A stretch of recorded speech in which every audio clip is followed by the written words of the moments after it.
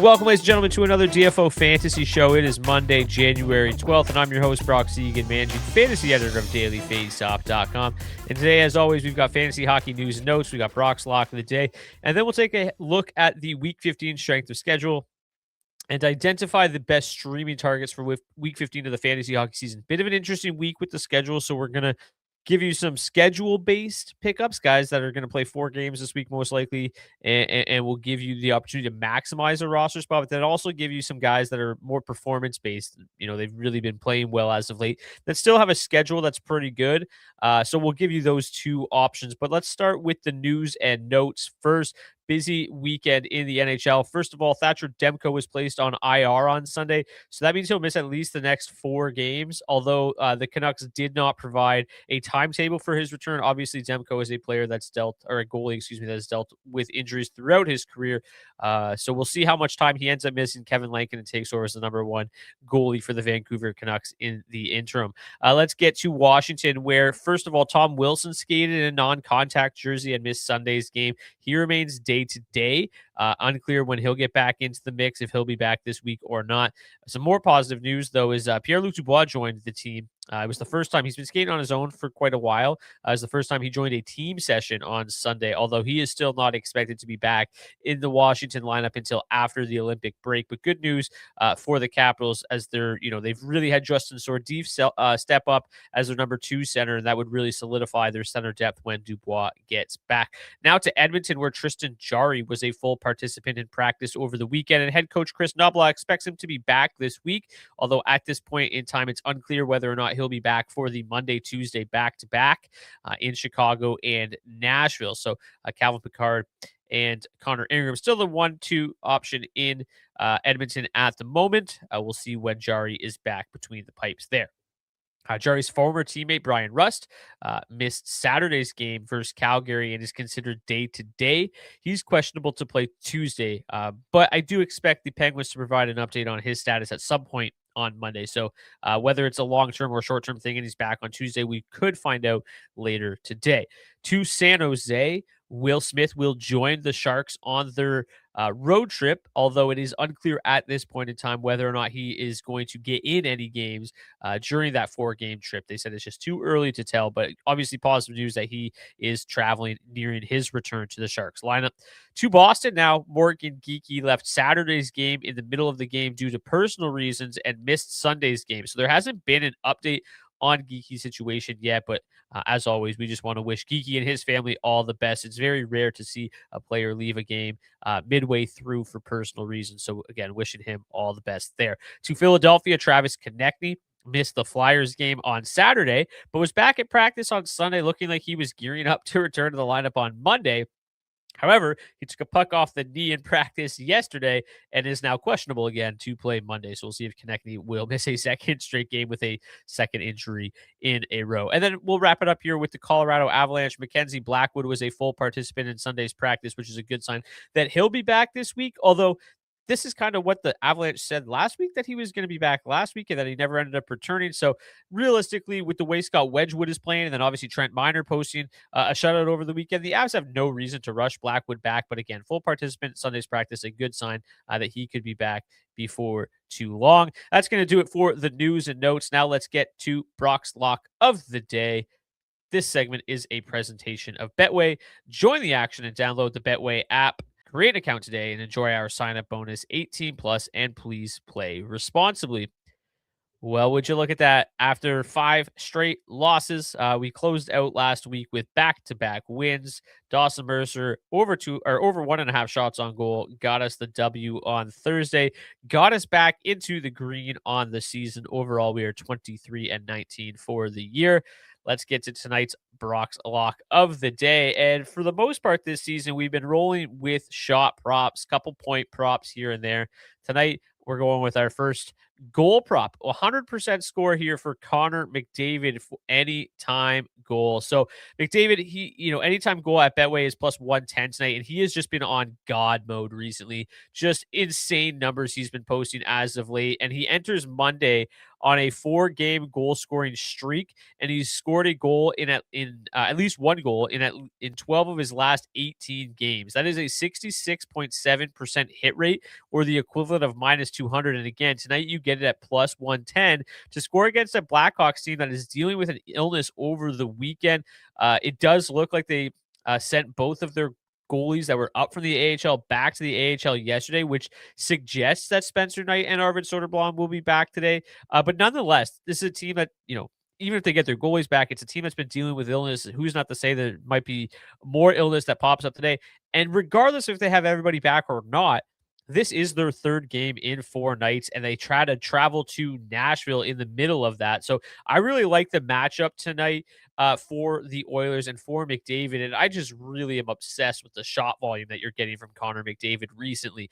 Over his last 12 games, he's averaging 5.8 shots on goal and 9.2 shot attempts per game. So he's giving himself plenty of chances to find the back of the net. And as I said, you can get it tonight at Betway for plus 110. So that's Brock's lock of the day. Hopefully Connor McDavid can stay scorching hot. Now let's get to the week 15 strength of schedule and streaming target. So as I mentioned, it's a really busy week across the NHL, and based on our traditional definition of light nights, which is 8 games or fewer, there's really only 3 light nights on the schedule as opposed to your usual 5 this week. But there is only one day that has more than 10 games, and that's Saturday. So typically on a 10-game slate, you will still have one roster spot at least open. So the focus for us is going to be on the 4 teams that play 4 games this week that don't fall on Saturday. So it's a bit of a tricky situation to navigate this week. But as I mentioned, we're going to give you some schedule-driven streams, which will be the teams that play 4 games on days that aren't Saturday. So those teams that meet that criteria are Edmonton, Detroit, Dallas, and Tampa Bay. So we'll focus on them first, but then at the end, we'll get to some players that have been red hot, and we'll call these form-based streams, and they have at least 3 games that fall not on Saturday and have been playing well. Because quite honestly, Edmonton, Detroit, Dallas, and Tampa Bay, there is not a ton of really good streaming options there. There's a few, so we'll get to them. But then I do want to give you some other options of players that are playing really well that still have pretty good schedules. So we're gonna start with the Edmonton Oilers because we're gonna go in order of just the matchups. We're going to go best matchups to worst matchups for these 4 teams that have 4 games outside of Saturday. So let's start with the Edmonton Oilers. Again, they are one of 4 teams with 4 games that don't fall on Saturday. And among those teams, they have the easiest average opponent rating and the 10th easiest average opponent rating of the week. We're going to focus in on the second line here with Kasperi Kapanen and Vasily Podkolzin. We'll start with Kapanen, who's 7% rostered. Since returning to the Oilers lineup on January 6th, Kapanen is riding a 3-game point streak with 1 goal and 3 assists. And while he's skating alongside Leon Draisaitl at 5v5, that's really the primary appeal here because there's not a lot of floor for Kapanen. He's averaging just 1.7 shots on goal, but he is contributing 2.7 hits per game. So he's a sneaky banger league ad right now. So the defensive metrics for this line are absolutely awful, but that's not the focus. We don't care about defensive metrics on a fantasy hockey show. We're looking at offense, and the offense since Kapanen came back has been pretty good. They're averaging 3.21 expected goals for per 60, 31.8 scoring chances for per 60. Really solid rate. So I think if Kapanen continues to see around 15 minutes per night next to Leon Draisaitl, there's a clear path for another productive week for him here. The other wing is Vasily Podkolzin, who's 15% rostered. He is a fantastic banger league play. He's probably owned in the majority of banger leagues already, but if he's not, he is a great banger league pickup this week, probably my favorite of the bunch. And he has picked up 3 points, 1 goal, 2 assists in that same 3-game stretch since Kapanen returned. The 3.1 hits per game on the season is what really fuels the banger league appeal here. So Podkolzin knows his role. Get in on the forecheck, bang some bods, get the puck to Leon Draisaitl, and then get to the front of the net. And in that, workload, with Draisaitl basically the entire season.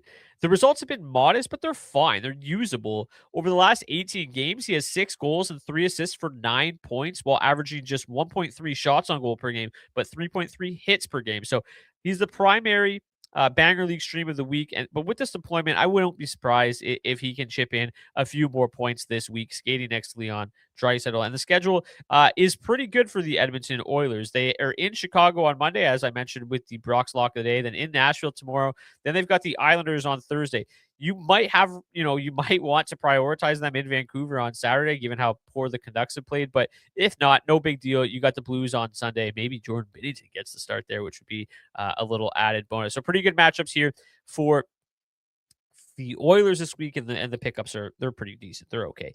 The Red Wings are next, and they have a pretty tough matchup on Monday with the Hurricanes in town, but it gets much easier from there. They're in Boston on Tuesday. They host the Sharks on Friday, and then they host the Senators on Sunday. And the Senators, the sky seems to be falling there. They can't find a goaltender to save their life right now. So really struggling there. So let's focus on the Red Wings now with Andrew Kopp coming up first at 5% rostered here. Kopp's season took a clear turn once he was bumped up to the second line alongside DeBrincat and Kane after managing just 9 points in his first 27 games, including just 1 goal. Kopp has absolutely erupted for 17 points, including 6 goals over his last 19 games. That is a 26 goal, 48 assist, 74-point pace over a full season during his last 19 games. Really, really quietly going about his way here with really, really solid numbers. The floor, admittedly, is not great. Just 1.8 shots on goal and 2.8 shot attempts and just 0.6 hits per game. But the opportunity is really doing the heavy lifting here as long as he is seeing 17-plus minutes per night with DeBrincat, who is on pace for 41 goals and 82 points, and Kane, who's on pace for 50 assists and 71 points. Kopp is well positioned to remain productive offensively. The next name is James Van Riemsdyk, who is on this third line, but the real focus here is his spot on the power play. JVR has been doing this for a long time. He is far from the flashiest player in the NHL, but he remains an elite net front presence, and the results continue to show up on the score sheet. Over the last 20 games, Van Riemsdyk has produced 10 goals and 16 points. That is a 41-goal, 66-point pace for the 36-year-old. Just a ridiculous pace for him as of late. As long as he is parked on that top power play unit in front of the net, this is a top 5 power play in the NHL. Van Riemsdyk is firmly in play as a streaming option. The role is stable, the usage is strong, and the matchup quality this week, especially later in the week after Monday, makes him especially appealing. So I really like these two Red Wing streamers. I think they're two of my favorites this week. If you're focusing on this, the strict schedule-based streams, you're trying to maximize games played, you're trying to get guys in your lineup that are going to give you 4 games this week, I think the Red Wings might be the sneakiest of the bunch with Kopp and Van Riemsdyk. I like both of them. Let's get back to the strength of schedule now. We're going to focus in on the Dallas Stars next, and their schedule's pretty bad. In LA, not a great matchup. In Anaheim is a great matchup, but then they go to Utah and then they host the Lightning. Pretty rough matchups.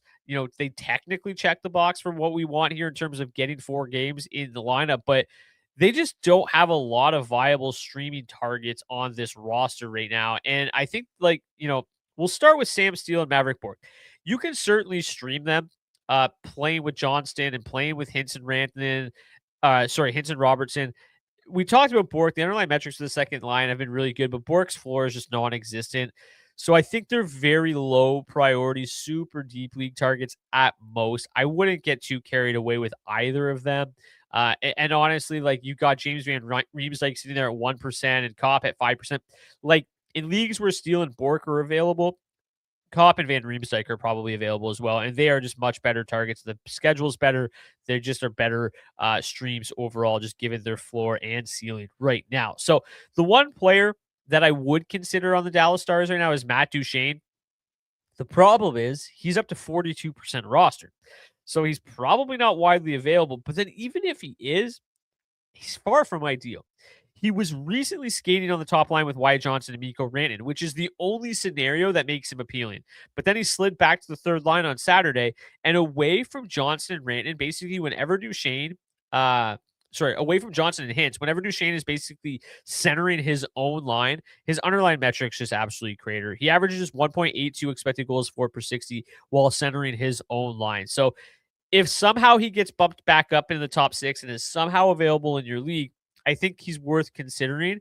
But to me, it's a little bit too risky if he's going to skate on this third line. The underlying metrics just don't support it at all. Let's get to Tampa Bay now.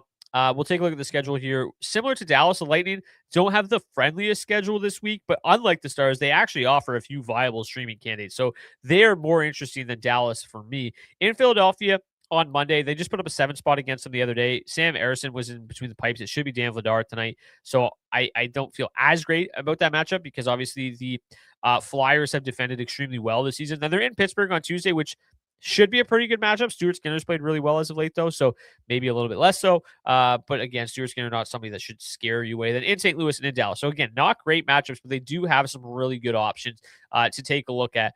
We're going to start with Anthony Cirelli, who's up to 32% rostered. He is centering the second line with Brandon Hagel and Jake Gensel, and that trio has some of the most dominant underlying metrics in the entire NHL. In 91 minutes together at 5v5 this season, their underlying metrics are simply ridiculous. 86.5 Corsi 4 per 60 is ridiculous. 4.74 expected goals for per 60 is unheard of good. 49.5 scoring chances, 21.8 high danger chances. I mean, those are just off the charts. I'm assuming as the time on ice climbs, those will regress a little bit, but it shows a clear capability to generate scoring chances at an elite rate. That's a 91-minute sample. It's not huge, but it's not small either.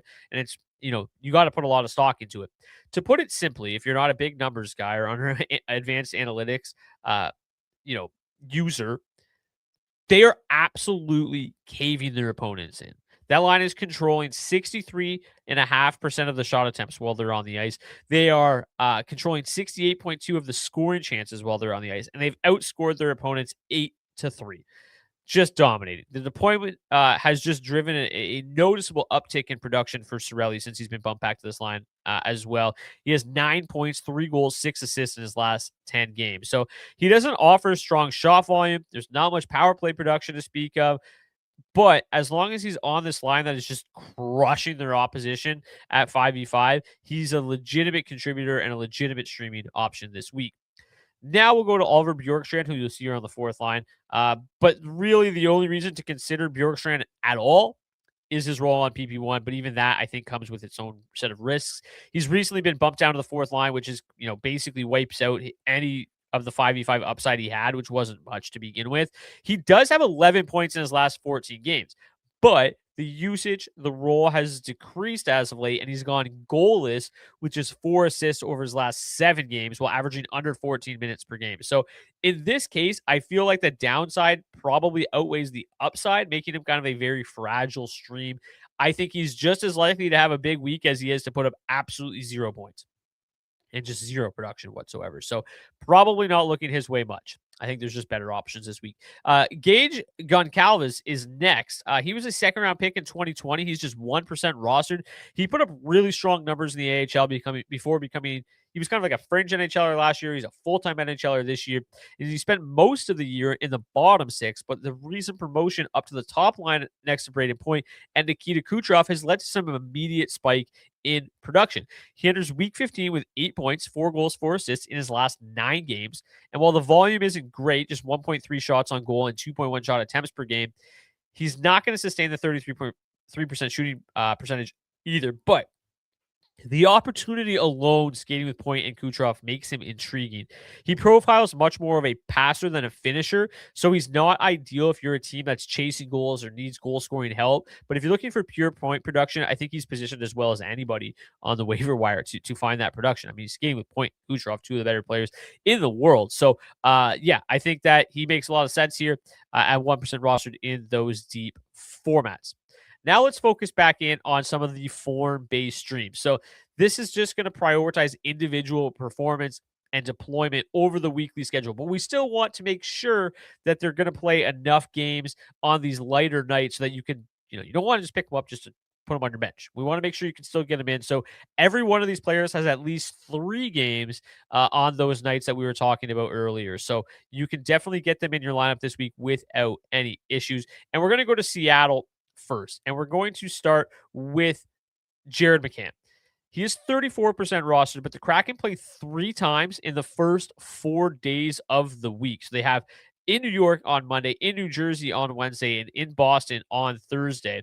So you can pick him up, get him in your lineup right away.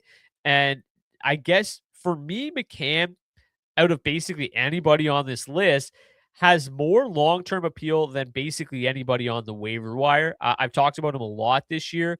Since returning to the lineup on December 4th, McCann has produced 5 goals and 5 assists for 10 points in 12 games. That output aligns perfectly with basically what he's done over the last 3.5 seasons. McCann has quietly averaged 31 goals and 34 assists per 82 games. So to me, this is the perfect time to give him a 3-game audition over 4 nights and then decide whether or not you're dropping McCann or someone else on your roster for another streamer over the weekend. Before we get to another Seattle Kraken, there is three teams that have a Friday, Sunday schedule this weekend. So again, if you're streaming McCann and then decide to keep him or drop him, you could get 3 games out of him to start the week, then drop him, and then pick up somebody that plays Friday and Sunday and then really maximize that spot. You can get 5 games from one roster spot. So if you go McCann for 3 days and then drop him for Cirelli, you're getting 5 games over a 7-day stretch. You could get, 5 games over a 7-day stretch from that one roster spot. So I think that's a really interesting route, but I do think that McCann, after 3 games, might make a case to remain on your roster. Then we're also going to talk about Matty Beniers, exact same situation. And I talked about him as a streaming candidate a few weeks ago. I basically talk about the Kraken teams every week. And a few weeks ago, he was piling up assists, as he always does, but had just 2 goals over a 25-game stretch. That is completely flipped since the calendar switched over to January. He has now scored 5 goals in 6 games while averaging 2.8 shots on goal and 5.2 shot attempts per game. The usage, the assists, have never been an issue for Beniers. So if he continues to shoot like this, I think the production will follow. He should continue to score goals at a pretty good clip so long as he's averaging 5.2 shot attempts per game. Over his last 10 games, he has 5 goals, 5 assists for 10 points. Everything trending in the right direction from Beniers.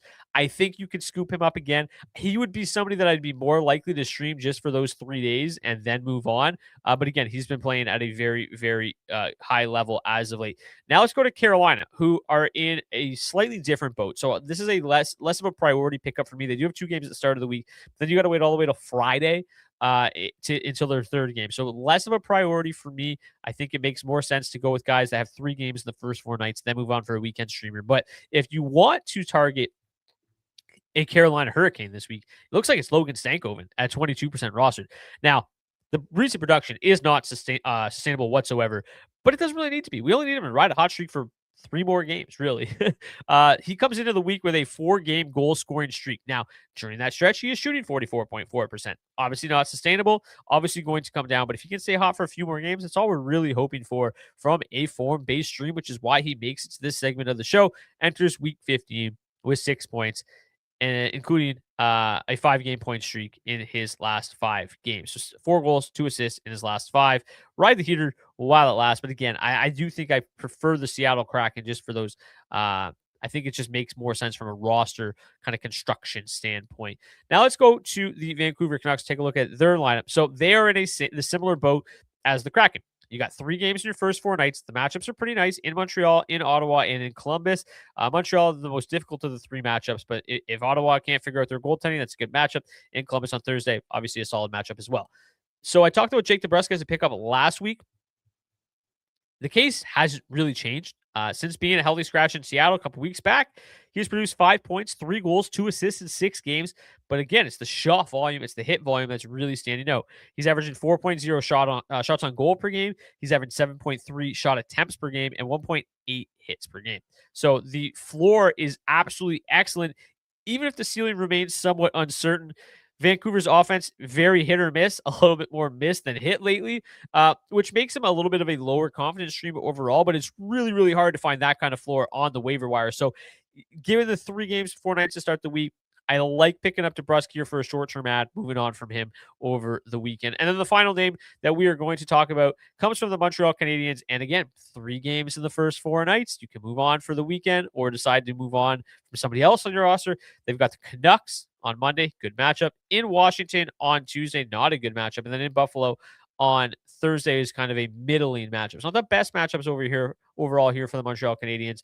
But I really like Alexander Texier in deeper formats right now. He's up to 10% rostered, left wing, right wing eligible. And I since getting moved up to this top line a couple of weeks ago with Nick Suzuki and Cole Caulfield, unsurprisingly, the offensive results have absolutely spiked. He has 4 goals and 4 assists for 8 points in his last 6 games, including back-to-back 3-point outings. One of those games was a hat trick, and he's logged over 17 minutes in the last 2 games, setting up for a really nice week this week. So long as he's skiing on the top line, playing 17 plus minutes with Suzuki, with Caulfield, I like him as a short-term ad here to maximize your roster for the first couple days of the week, and then you can move on if you so choose for Friday and Sunday. But that's going to do it for this edition of the DFO Fantasy Show. Thank you so much for tuning in. Smash the like button, hit the subscribe button so you never miss an episode, and we'll see you back here on Tuesday.